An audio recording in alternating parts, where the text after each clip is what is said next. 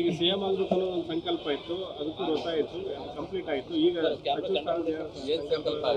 ಏನಿಲ್ಲ, ಈಗ ನೋಡ್ರಿ ನಮ್ಮ ಮಾಜಿ ಮಂತ್ರಿಗಳು ಎಸ್ ಮಲ್ಲಣ್ಣರು ಹೇಳಿದ್ರು ದಾವಣಗೆರೆ DK ಅಂತ. ಅದಕ್ಕಿಂತ ದೊಡ್ಡದು ಇನ್ನೇನು ಬೇಕು? ಈಗ ನಾನೇ CM ಇದ್ದಂಗೆ, ಅವರು ನನ್ನ ಮನೆ ಮಗನ ಥರ ನೋಡ್ತಾ ಇದ್ದಾರೆ.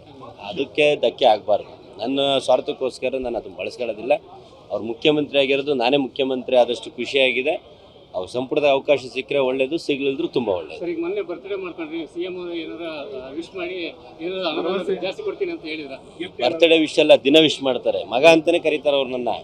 ಅವರು ಎಂದೂ ಮೊನ್ನೆ ರೆಸಾರ್ಟಲ್ಲಾದರೂ ಎಲ್ಲೂ ಹೋದ್ರು ನನ್ನ ಮಗ ಅವನು ಅಂತಲೇ ಕರೆದಿರ. ಅದಕ್ಕಿಂತ ದೊಡ್ಡದಿಂದ ಏನು ಬೇಕು ಅಂತ ಒಂದು ಆಶೀರ್ವಾದ ಅವ್ರು ನನ್ನ ಮೇಲೆ ಇರೋದ್ರಿಂದ ಹೆಚ್ಚಿಂದ ಏನೋ ಅವರಲ್ಲಿ ಬಯಸಲ್ಲ. ಆ ಒಂದು ಮಗ ತಂದೆಯ ಪ್ರೀತಿ ಕಂಟಿನ್ಯೂ ಇರಬೇಕು ಅನ್ನೋದಷ್ಟೇ ಬಯಸ್ತೀವಿ.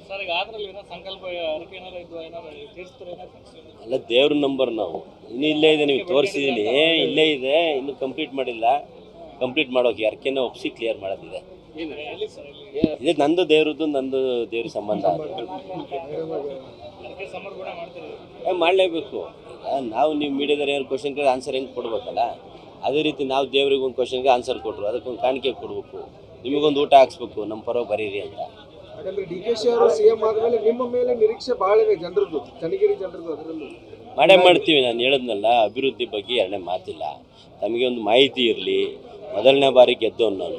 ಅವರು ನೀರಾವರಿ ಸಚಿವರಿದ್ದರು. ನೀರಾವರಿ ಸಚಿವರಿದ್ದಂಥ ಸಂದರ್ಭದಲ್ಲಿ 365 ಕೋಟಿಯ ನೀರಾವರಿ ಯೋಜನೆಯನ್ನು ಕೊಟ್ಟರು. ಅದೇ ಒಂದು ನಿದರ್ಶನ. DK ಶಿವಕುಮಾರ್ ಸಾಹೇಬರು ಯುವಕರನ್ನ ಬೆಂಬಲಿಸ್ತಾರೆ, ಬೆಳೆಸ್ತಾರೆ ಅನ್ನೋದಕ್ಕೆ ಒಂದು ನಿದರ್ಶನ ಯಾವುದಪ್ಪ ಅಂದರೆ 365 ಕೋಟಿ ಪ್ರಾಜೆಕ್ಟ್ನ ಇಡೀ ರಾಜ್ಯದಲ್ಲೇ ಮೊದಲನೇ ಪ್ರಾಜೆಕ್ಟ್ ನಂದೇ ಅಪ್ರೂವಲ್ ಮಾಡಿರೋದು.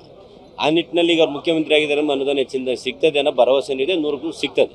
ಈಗ CM ಆಗಬೇಕು ಅನ್ನೋ ಒಂದು ಸಂಕಲ್ಪ ಇತ್ತು, ಅದಕ್ಕೂ ಗೊತ್ತಾಯಿತು, ಕಂಪ್ಲೀಟ್ ಆಯಿತು. ಈಗ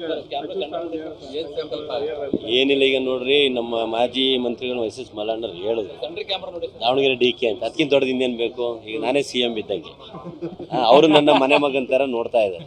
ಅದಕ್ಕೆ ಧಕ್ಕೆ ಆಗಬಾರ್ದು. ನನ್ನ ಸ್ವಾರ್ಥಕ್ಕೋಸ್ಕರ ನಾನು ಅದನ್ನು ಬಳಸ್ಕೊಳ್ಳೋದಿಲ್ಲ. ಅವ್ರು ಮುಖ್ಯಮಂತ್ರಿ ಆಗಿರೋದು, ನಾನೇ ಮುಖ್ಯಮಂತ್ರಿ ಆದಷ್ಟು ಖುಷಿಯಾಗಿದೆ.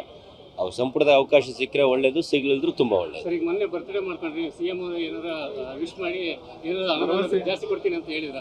ಬರ್ತ್ಡೇ ವಿಶ್ ಅಲ್ಲ, ದಿನ ವಿಶ್ ಮಾಡ್ತಾರೆ. ಮಗ ಅಂತಲೇ ಕರೀತಾರೆ ಅವ್ರು ನನ್ನ. ಅವರು ಎಂದೂ ಮೊನ್ನೆ ರೆಸಾರ್ಟಲ್ಲಾದರೂ ಎಲ್ಲೂ ಹೋದ್ರು ನನ್ನ ಮಗ ಅವನು ಅಂತಲೇ ಕರೆದಿರ. ಅದಕ್ಕಿಂತ ದೊಡ್ಡದಿಂದ ಏನು ಬೇಕು ಅಂತ ಒಂದು ಆಶೀರ್ವಾದ ಅವ್ರು ನನ್ನ ಮೇಲೆ ಇರೋದ್ರಿಂದ ಹೆಚ್ಚಿಂದ ಏನೋ ಅವರಲ್ಲಿ ಬಯಸಲ್ಲ. ಆ ಒಂದು ಮಗ ತಂದೆಯ ಪ್ರೀತಿ ಕಂಟಿನ್ಯೂ ಇರಬೇಕು ಅನ್ನೋದಷ್ಟೇ ಬಯಸ್ತೀವಿ. ಅಲ್ಲ, ದೇವ್ರ ನಂಬರ್ ನಾವು ಇನ್ನೂ ಇಲ್ಲೇ ಇದೆ, ನೀವು ತೋರಿಸಿದ್ದೀನಿ, ಇಲ್ಲೇ ಇದೆ, ಇನ್ನೂ ಕಂಪ್ಲೀಟ್ ಮಾಡಿಲ್ಲ. ಕಂಪ್ಲೀಟ್ ಮಾಡೋಕೆ ಯಾರಕ್ಕೇನೋ ಒಪ್ಪಿಸಿ ಕ್ಲಿಯರ್ ಮಾಡೋದಿದೆ.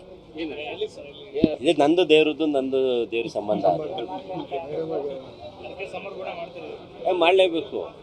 ನಾವು ನೀವು ಮೀಡಿಯಾದಲ್ಲಿ ಏನು ಕ್ವಶನ್ ಕೇಳಿ ಆನ್ಸರ್ ಹೆಂಗೆ ಕೊಡ್ಬೇಕಲ್ಲ, ಅದೇ ರೀತಿ ನಾವು ದೇವ್ರಿಗೆ ಒಂದು ಕ್ವಶನ್ಗೆ ಆನ್ಸರ್ ಕೊಟ್ಟರು, ಅದಕ್ಕೊಂದು ಕಾಣಿಕೆ ಕೊಡಬೇಕು, ನಿಮಗೊಂದು ಊಟ ಹಾಕ್ಸ್ಬೇಕು, ನಮ್ಮ ಪರವಾಗಿ ಬರೀರಿ ಅಂತ. ಯಾಕಂದ್ರೆ DK ಅವರು CM ಆದಮೇಲೆ ನಿಮ್ಮ ಮೇಲೆ ನಿರೀಕ್ಷೆ ಭಾಳ ಇದೆ ಜನರದ್ದು, ಚನ್ನಗಿರಿ ಜನರದ್ದು. ಅದರಲ್ಲೂ ಮಾಡ್ತೀವಿ. ನಾನು ಹೇಳಿದ್ನಲ್ಲ, ಅಭಿವೃದ್ಧಿ ಬಗ್ಗೆ ಎರಡನೇ ಮಾತಿಲ್ಲ. ತಮಗೆ ಒಂದು ಮಾಹಿತಿ ಇರಲಿ, ಮೊದಲನೇ ಬಾರಿ ಗೆದ್ದವನು ನಾನು. ಅವರು ನೀರಾವರಿ ಸಚಿವರಿದ್ದರು. ನೀರಾವರಿ ಸಚಿವರಿದ್ದಂಥ ಸಂದರ್ಭದಲ್ಲಿ 365 ಕೋಟಿಯ ನೀರಾವರಿ ಯೋಜನೆಯನ್ನು ಕೊಟ್ಟರು. ಅದೇ ಒಂದು ನಿದರ್ಶನ. DK ಶಿವಕುಮಾರ್ ಸಾಹೇಬರು ಯುವಕರನ್ನ ಬೆಂಬಲಿಸ್ತಾರೆ, ಬೆಳೆಸ್ತಾರೆ ಅನ್ನೋದಕ್ಕೆ ಒಂದು ನಿದರ್ಶನ ಯಾವುದಪ್ಪ ಅಂದರೆ 365 ಕೋಟಿ ಪ್ರಾಜೆಕ್ಟ್ನ ಇಡೀ ರಾಜ್ಯದಲ್ಲೇ ಮೊದಲನೇ ಪ್ರಾಜೆಕ್ಟ್ ನಂದೇ ಅಪ್ರೂವಲ್ ಮಾಡಿರೋದು. ಆ ನಿಟ್ಟಿನಲ್ಲಿ ಈಗ ಅವ್ರು ಮುಖ್ಯಮಂತ್ರಿ ಆಗಿದ್ದಾರೆ, ಅನುದಾನ ಹೆಚ್ಚಿನ ಸಿಗ್ತದೆ ಅನ್ನೋ ಭರವಸೆ ಇದೆ, 100% ಸಿಗ್ತದೆ.